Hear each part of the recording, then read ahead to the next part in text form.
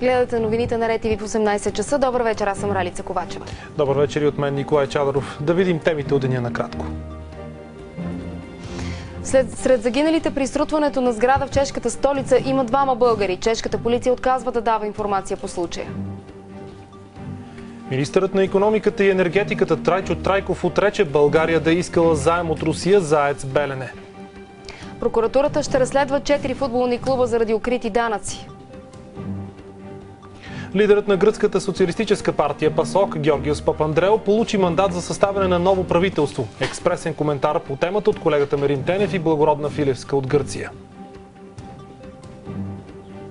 5 души загинаха при атентат в сграда на ООН в Пакистан.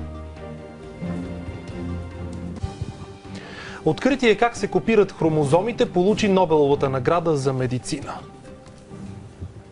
2 българи има сред загиналите при срутването на сграда в чешката столица Прага в петък. Имената им за сега не се съобщават от чешките власти. Затрупаните работници са били без документи за самоличност, за това се е забавило идентифицирането им. 2 българи не са били вписани в книгата на общежитието, в което са били отседнали. Предполага се, че и 2 са били без трудови договори и са работили на черно. Чешката полиция е започнала разследване и на агенцията, с която те са пристигнали в страната. На този етап е известно, че загиналите са мъже на около 40 години, като единият е от Пловдив. От чешката полиция отказват да съобщят имената, докато българските власти не уведомят близките на загиналите. Властите продължават да разследват трагични инциденти и отговорните за него. Първоначалните версии на строителния надзор гласят, че загиналите работници изобщо не е трябвало да бъдат в този момент на строежа. Според чешкото законодателство, собственикът на фирмата може да получи присъда от 3 до 10 години заради не спазване на условията на безопасност и охраната на труда.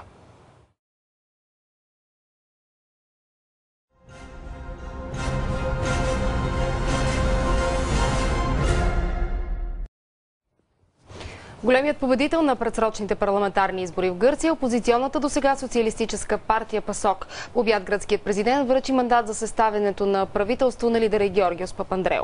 Междувременно досегашният премиер и лидер на Нова демокрация Костас Караманлис подаде оставка от поста в партията. За коментар по темата в студиото е колегата Мерин Тенев. Добър вечер. Добър вечер. Преди да говорим обаче да видим последните новини от Гърция. ПАСОК спечели убедителна победа на предсрочните парламентарни избори в Гърция. 43% на партията дават на социалистите възможността за съставянето на самостоятелно правителство. Големият губещ на тези избори е досега управлявалата дясноцентристка партия Нова демокрация. Тя печели с 10% по-малко от основния си съперник. В парламента влизат още 3 партии – комунистическата КУКОЕ, националистическата Лаос и лявоцентристската коалиция Сириза.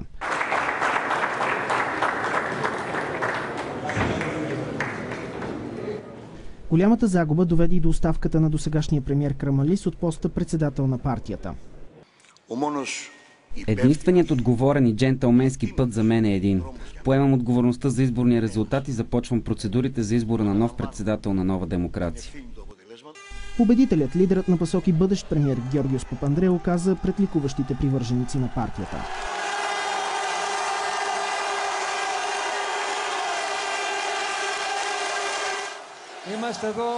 Тук сме се събрали заедно пред огромната отговорност, която поемаме. Отговорност да се промени страната. Тя да стане по-правова, по-справедлива, по-социална и по-екологична. По обяд Папандрео получи мандата за съставянето на правителство от президента на страната Карлос Папуляс. Според гръцките медии, новият кабинет ще е по-малък, очакват се и преструктурирания на министерства.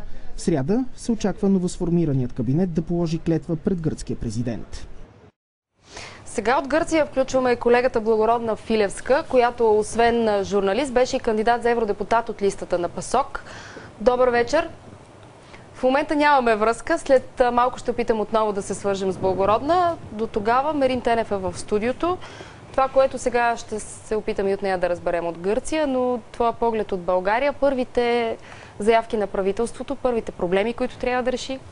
Проблемите са толкова много, че ми е интересно лично на мен като журналист с какво първо ще се захване правителството. С това да решава огромните финансови проблеми на самата държава, с това да решава финансовите проблеми на хората, които вече около 5-6 години се оплакват непрекъснато, че страдат и че все повече обедняват и че живеят все по-зле. Ще се захване с управянето на образованието, което, както разбираме, е в трагична ситуация. Ще се захване с болниците в Гърция, които също се оказва, че са в трагична ситуация. Въобще може да говорим за една страна, която е в тотален колапс от всички гледни точки. И е много интересно дали ПАСОК не си играе малко лоша шега с тази голяма победа. Това е ужасна отговорност. И много хора в момента критикуват досегашния премиер Костас Караманлис. Интересното обаче е дали той не си направи много добра услуга, защото предаде топката на друг. Ето сега, понеже колегата Благородна Филевска е на телефона, но можем направо да започнем с този въпрос. Добър вечер най-напред. Добър вечер. Това, което коментираме тук с нашия колега Мерин Тенев, е дали не си направиха лоша услуга социалистите с това, че спечелиха голяма победа, но много тежки отговорности идват. Не смятам, че това е лоша услуга. Напротив, подходиха много отговорно, настоявайки вече от доста време, от месеци насам, за подобни избори. Добър беше и моментът, защото новото правителство ще трябва да гласува и новия бюджет на страната, което е отговорна история, известно е за всички. Плюс това ще трябва да поеме отговорностите за изпълнението на тези задължения. Наследството, което получи ПАСОК, наистина е тежко и едва ли дори ще бъде възможно в рамките на предизборно определените от самата партия контролно време от 100 дни да станат видни и радикални резултати.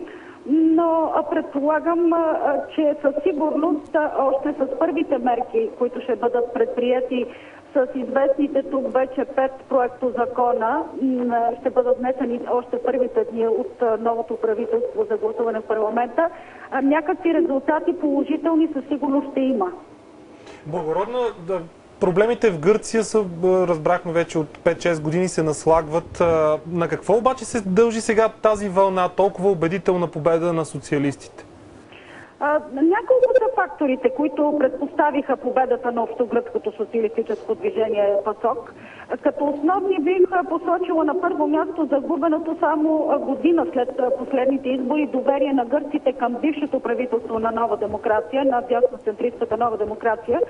Това беше един наказателен вод за политики и политици, а най-вече и слаба оценка за неспособността на миналото правителство да се справи с управлението на страната и то като цяло.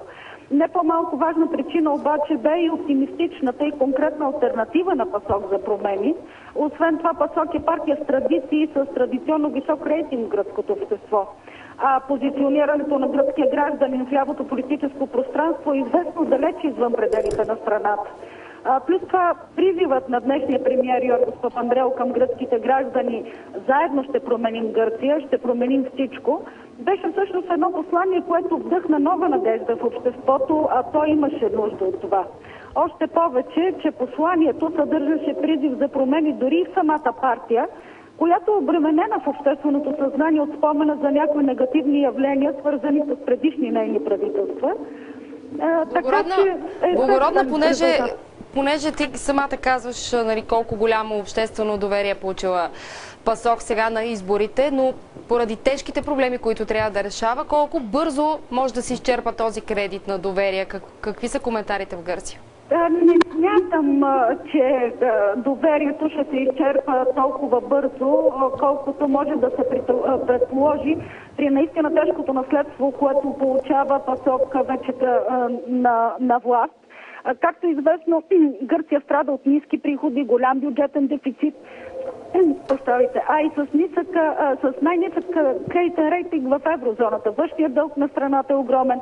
Чуждите инвестиции през последните няколко години намаляха драстично. Безработицата все повече расте и ред други сериозни проблеми. Всички тези сериозни проблеми обаче имат като противотежест убедителната изборна победа на ПАСОК и възможността заявената от него програма за развитие на страната да бъде осъществявана в условията на стабилно преимущество в парламента с участието на 160 депутати.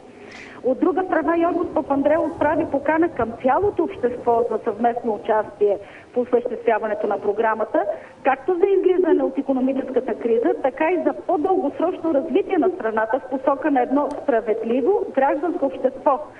Добре, благодаря ти, благородна Филевска, с бърз експресен коментар за случващото се в Гърция след победата на социалистите. Меро, това, което чухме, колкото идентичен, толкова и различен е случая между това, което се случи в България и 2 месеца по-късно гръцкия избор. Да тръгнем от най-голямата разлика, която винаги повтарям и винаги трябва да се повтаря. ПАСОК и примерно БСП, с което винаги си правиме, може би, сравнението, нямат нищо общо. ПАСОК е една европейска социал-демократическа партия, която от време на време прилага и доста десни икономически решения, особено при предишното управление на предишния премиер Костас Симитис. От тази гледна точка те не са обременени с някаква форма на комунизъм. В Гърция си има комунистическа партия, която си отговаря и за Ленин, и за Маркс, и още си ги почита и Тачи. Така че разликата е огромна от земята до небето. Това е едно да кажем, че господин Барак Обама прилича на БСП, няма нищо общо. От тази гледна точка ПАСОК, да, е една модерна партия, която има поддръжката на страхотно голям брой хора и на невероятно голям брой имигранти в страната, което също е много важно. Те са първата гръцка партия, която се отвори към имигрантите в страната и реши, че най-добрият начин е да ги приобщи. Поради това и Благородна Филевска беше кандидат за евродепутат, което, между другото, беше изненада според мен за всички други партии в Гърция. Предполагам, че за следващите евроизбори и местни избори ще има доста чужденци кандидати за депутати или за места от другите партии. Така че разликите с България са колкото идентични като проблеми, толкова и различни като партии, като демократичност. И поведението на Караманли също така е много отчетлива разлика. Да, защото в Гърция... Лидерът на загубилата партия си подаде часове след първите резултати. Оставката. Тук чухме толкова приказки за отговорност, как не може да се бяга. В Гърция хората са джентълмени. По форумите в интернет по темите за Гърция видях разни коментари, че Гърция се управлявала от едни и същи династии хора. Това е така, но това е и добре, защото те са обучавани цял живот да бъдат лидери. В България доста често ни липсват лидерите. Да видим сега и... Да видим още реакции по темата, да. Жителите на Гърция изразяват умерен оптимизъм, след като изборите в страната доведоха до убедителна победа за социалистите. Ще видим. Ако не си върши работата, ще го сменим. Така ще продължаваме напред. Не като родителите ми на времето да са обвързани с една партия. На времето така беше. Един мандат, втори, давахме шансове. Свърши това. Привържениците на ПАСОК обаче празнуваха до късно през нощта победата на партията.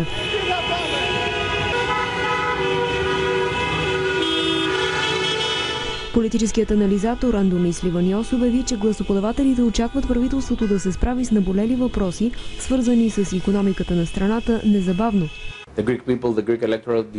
Гръцкият народ, гръцкият електорат не би искал да се стигне до политическа нестабилност.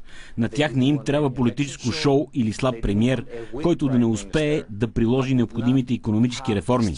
Давайки огромно мнозинство на Йоргос Папандрео, те казват: отутре действай и се справи с икономическите проблеми. Папандрео трябва да се справи с бюджетен дефицит, надхвърлящ 6% от брутния вътрешен продукт, увеличаваща се безработица и крайно недоволство от образователната система, социалното осигуряване и положението с имиграцията. След години на отявлен икономически ръст, производството на Гърция, около 2,5% от цялата икономика на еврозоната, се очаква да се забави до 0% или дори да достигне отрицателни стойности през тази година. Хващам се за това, което чухме преди малко. Надеждата като че ли спечели в Гърция, обаче не е за всички, защото въпреки задължителното гласуване, голяма част от гърците не отидоха до урните. Задължителното гласуване все още е валидно като закон. Не се прилагат абсолютно никакви мерки срещу не отишлите да гласуват. Затова на тези избори 29% от гърците са решили да не гласуват. Това е ужасно, невероятно голяма цифра за мен. Мисля, че е показателно за това как се усещат обикновените гърци. Другият феномен на тези избори е, че много млади хора отидоха да гласуват. Това също е интересно. Те искаха да променят нещо в страната си и излязаха да гласуват. И вчера имаше и коментари по агенциите, че това е впечатляващо. И бели бюлетини, между другото, хора, които са отишли да гласуват, но са пуснали бюлетина, която не е валидна, са почти 3%. Това също не е никак малко. Който все пак е някакъв знак. Какво става с Нова демокрация, за да завършим? Нова демокрация от тук нататък поема по един нов път. може би за доста хора в Нова демокрация това ще е по-добрият път. По всяка вероятност, един от вероятните кандидати за лидер на партията, Дора Бакояни, ще бъде и лидерът на тази партия. Нещо, за което също Дора Бакояни обучава на цял живот. Тя е дъщеря на Константинос Мицотакис, един от създателите на Нова демокрация. И е много вероятно самата партия да се промени. Тя също има нужда от промяна, защото живее малко в ерата на двуполюсния модел в Гърция. Отдавна той не е валиден и там.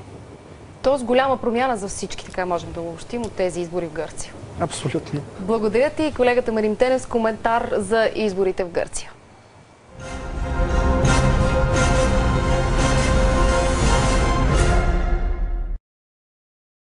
Истинският срив на пазара на труда в България ще бъде през 2010 година, прогнозираха представители на бизнеса по време на международна конференция по проблемите на заетостта. Сериозен проблем обаче е, че сред най-уязвимите групи на пазара на труда са младите хора до 20